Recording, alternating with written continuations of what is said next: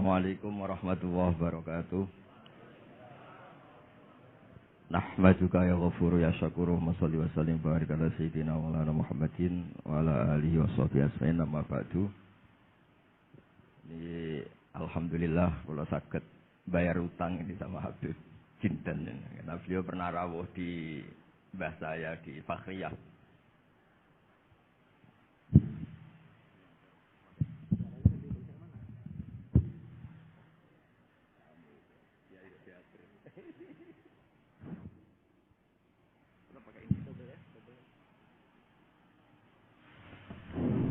Cukup.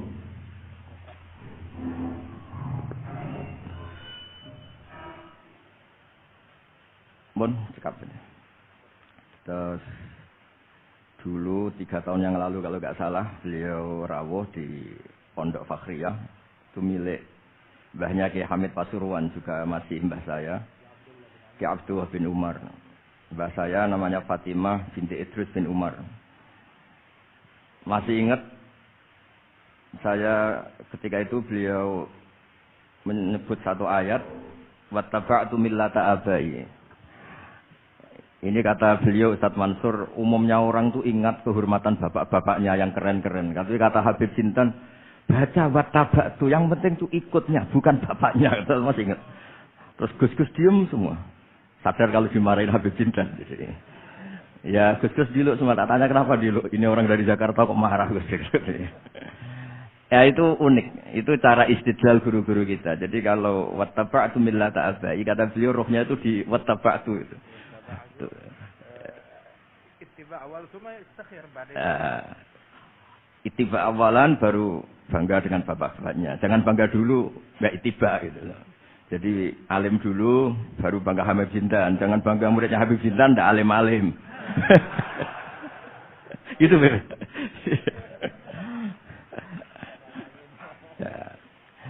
Jadi memang saya secara sengaja cerita sanad ini saya baca Mas Jamal ya, panggilannya apa? Mas Jamal ya. Pertama saya baca Al-Iqdul Farid, ini karangannya Said Muhammad bin Alawi. Di sini saya baca supaya barokah dari karangannya Sayyid Muhammad.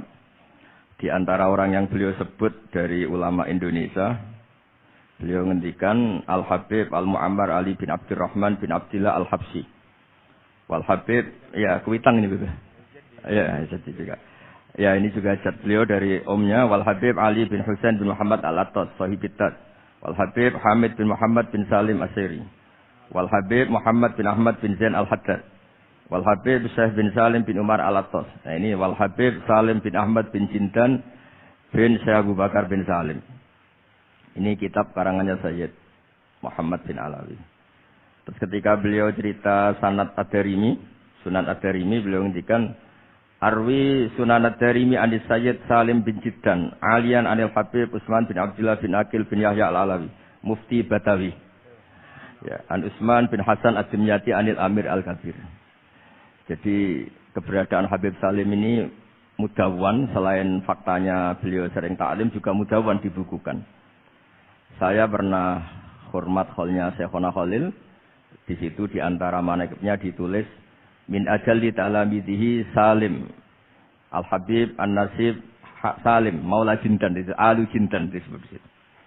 Jadi ini bukan cerita untuk tafakhur, bukan untuk fakhriyah, tapi ini memang fakta untuk fakhriyah. Karena pondoknya buyut saya juga namanya fakhriyah ya. Minal fakhriyah. Ya, minal fakhriyah ilal fakhriyah kata. Nah, ini tentang sanad. Tadi saya sudah mentasihkan beliau dan beliau mengkuatkan hujah kita. Dulu ketika Habib Salim banyak orang yang menyalahkan orang pakai celana Beb. Nanti jenengan yang cerita. Beliau juga bela kultur itu. Saya pernah baca di kitabnya Said Muhammad Alawi, judulnya itu Manhajus Salaf fi Fahmin Nusus. Di kitab saya itu halaman 423. Nanti bisa dicek halaman 423.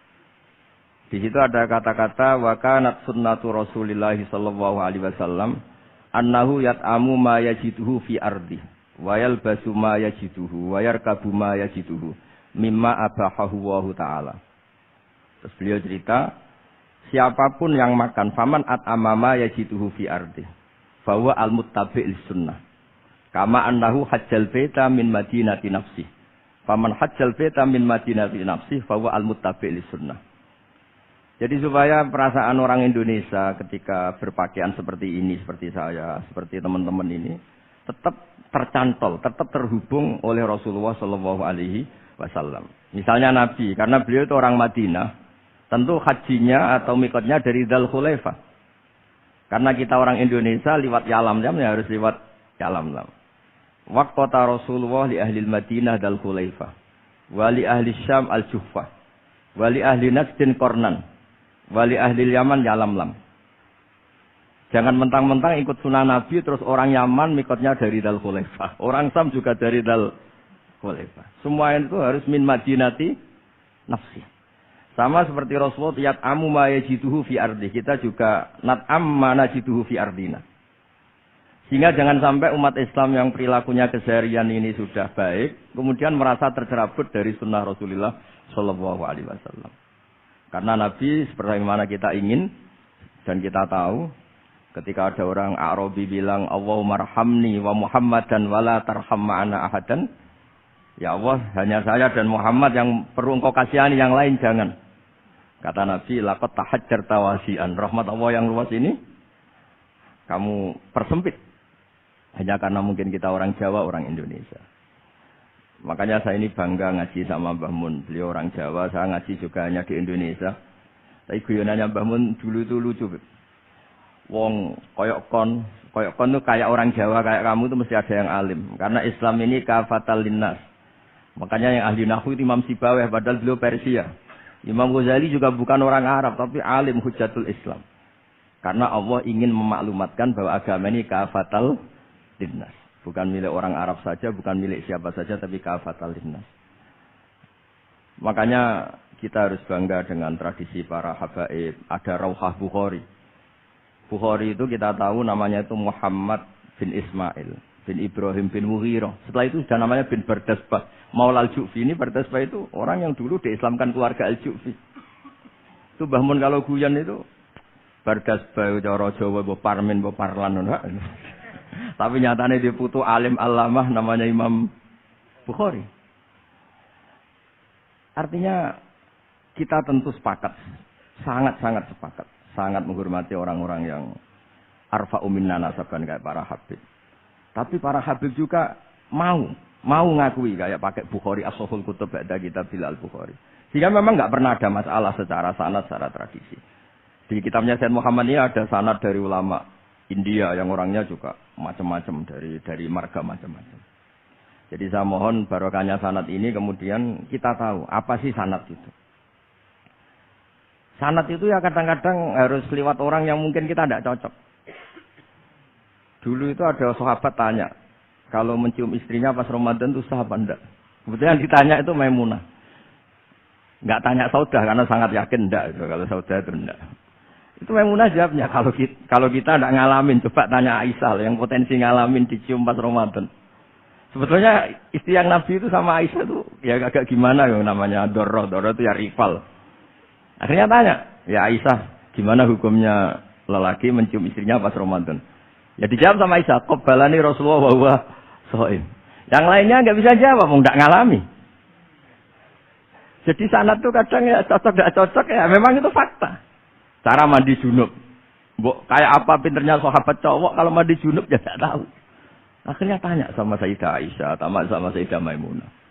Apapun dekatnya istri Rasulullah kalau perang ya enggak tahu. Wong itu lelaki. Begitu juga afdhalus sahabat kayak Abu Bakar, kadang harus mendapatkan hadis dari orang-orang yang nyun sewu agak deso. Bahkan kadang maula kayak Sauban, kayak Rabi'ah bin Ka'ab. Orang-orang biasa sekali. Khodim dulu. Tapi ini kan barokahnya khodim itu tahu keseharian Rasulullah SAW di dalam. Misalnya Anas. Apa kenangan kamu dengan Rasulullah? Kenangan saya itu saya khodam tu Rasulullah SAW asyra sinin. 10 tahun saya itu tidak pernah melakukan sesuatu ditanya Nabi 5 sonata. Walalise entaratu 5 tarokta. Sehingga kalau saya pas baik itu ya agak berani tanya anak dalam saya, ngapain kamu? Dan sama anak pinter anut sunnah Rasulullah SAW. Akhirnya can dalam keluarga saya naib beb kemudian nak tahu ditakoi. Jadi Hal-hal seperti ini tuh keseharian yang harus kita suka. Di antaranya lagi, inna min khiyari ummati fi ma nabba'ani al-malul a'la. Kauman yathakuna jahron. Di antara nanti umat pilihanku adalah orang-orang kalau tertawa itu keras sekali. Kauman yathakuna jahron. Itu dulu juga, padahal ada riwayat kasratud dhahki tumitul qalba. Banyak tertawa itu bisa mematikan hati. Tapi ini juga dilawan kalau banyak cemberut bisa frustasi. Nah, sehingga di ilmu ini ceritakan nanti di Tasawuf Habib Jintan. Semoga nasinya bener. Saya tamu pasti dihormati. Nggak penting bener ndak itu nggak penting. Yang penting tamu itu dihormati. Ya kebetulan saya ini tadi kan hormat mbah saya masih mbah saya Mbah Mutamakin di Hajan. Terus pagi tadi hormat buka luar di Sunan Kudus. Jam 7 saya tadi di Kudus. Ya, akhirnya sama teman-teman difasilitasi disuruh naik pesawat tadi jam 11 tadi. Tapi saya tidak capek karena memang saya senang cerita sanad. Tapi yang lucu-lucu saja. Nanti yang serius jangan saya, yang lucu-lucu saja. Biar lucu sampean tuh tidak ngawur, tapi ada sanadnya. Ada seorang mufassir yang bilang ketika nafsiri wa annahu wa adhaka wa abka. Allah itu zat yang memberi kamu tertawa. Mbok kamu ingin susah, tidak akan tertawa. Tapi kalau Allah menghendaki ya tertawa aja. Ada orang miskin frustasi, maunya nggak tertawa. Tahu-tahu jalan-jalan ngerti badut, ya akhirnya tertawa. Ya karena adhaka itu fi'lullah. Kalau Allah menghendaki mau apa? Karena adhaka itu fi'lullah. Nggak bisa. Orang yang baru seneng kayak apa, nggak ingin nangis. Tapi kalau Allah menghendaki wa abka, dinangiskan ya tetap menangis. Wa anna wa adhaka wa abka. Karena kita ini semua adalah objek oleh kudrahnya Allah Subhanahu wa ta'ala. Saya itu sebenarnya paling tidak ingin ngaji bareng Habib loh. Selain kalah nasab ya kalah ganteng. Ya tapi ditakdir mau apa? Ya sudah sami'na wa ata'na. Jadi saya saat ini tidak cari pahala benar, ini pahala tawaduk karena diundang ya ada susah. Tidak penting benar salah, penting tawaduk. Jadi saya tadi sedang rayu sama Allah, ya Allah, saya kali ini tidak cari benar, cari tawaduk. Saya mesti pahalanya besar tawaduk.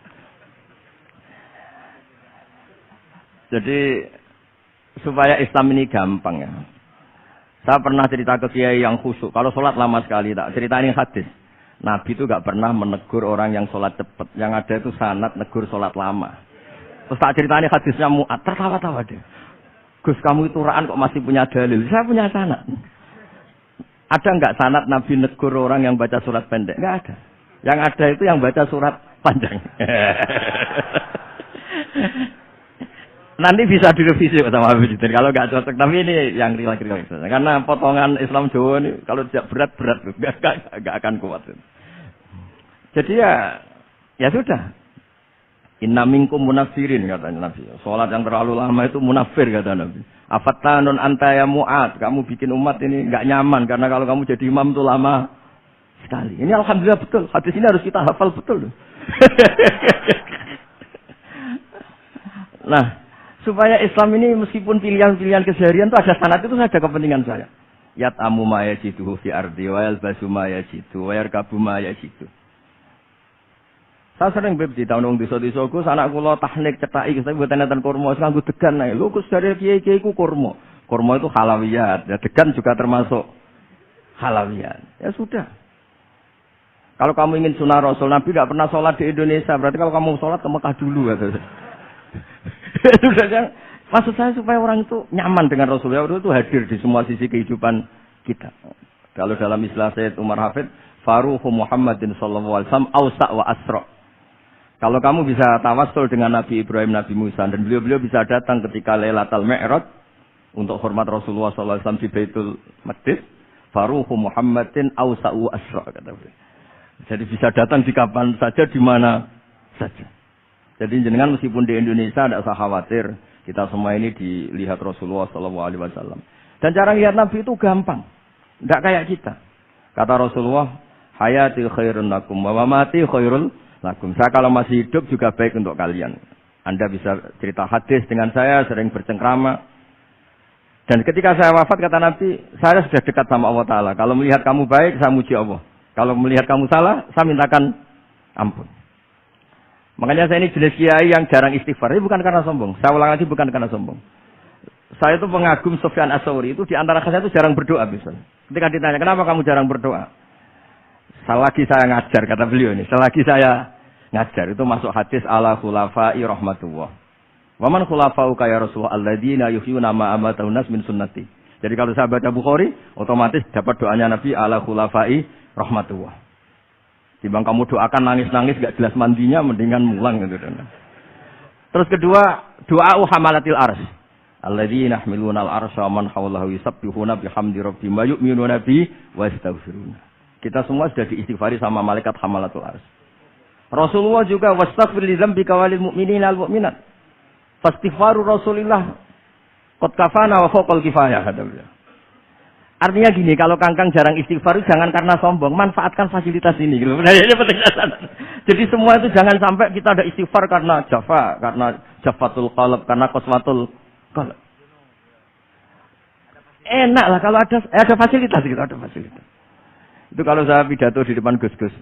Kalau di depan Habib berani di depan Gus-Gus. Itu ada yang setengah beling, setengah ada alim, ada yang alim. Terus yang beling-beling pesan sama saya, Gus tolong bela kami maksudnya. Ya kadang-kadang mubalek kan order pesanan itu.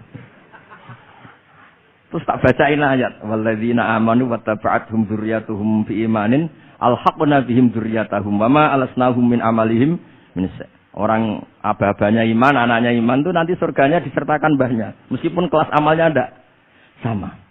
Jadi mbah-mbahnya alim alama, anaknya yang ndak alim nanti surganya sama-sama yang alim. Kenapa sih kalau ada fasilitas nggak dipakai? Pakai aja, nggak apa-apa kan. Yang alim yang komplain. Sudah kamu yang alim dihormati, dicucup, salami template, yang ikhlas saja, tidak usah protes kata saya gitu. Artinya saya inginlah keseharian kita yang awam, yang apa itu harus cari backupan hadis. Supaya semua keseharian kita itu ada apa? Sanad. Misalnya sampean kalau malam itu nggak bisa tidur. Tahajud ndak, witir ndak, ya mutolaah ndak. Tapi lihatlah itu sebagai tarkul ma'asi. Apa tarkul ma'asi aja? Alhamdulillah. Malam ini saya ndak zina, ndak maling, ndak dugem. Coba kalau kamu malam-malam di kamar, itu namanya apa? Ndak tahajud, ndak witir kan? Tapi kamu harus syukur karena itu tarku zina, tarku sarikoh, tarku kada wa kada.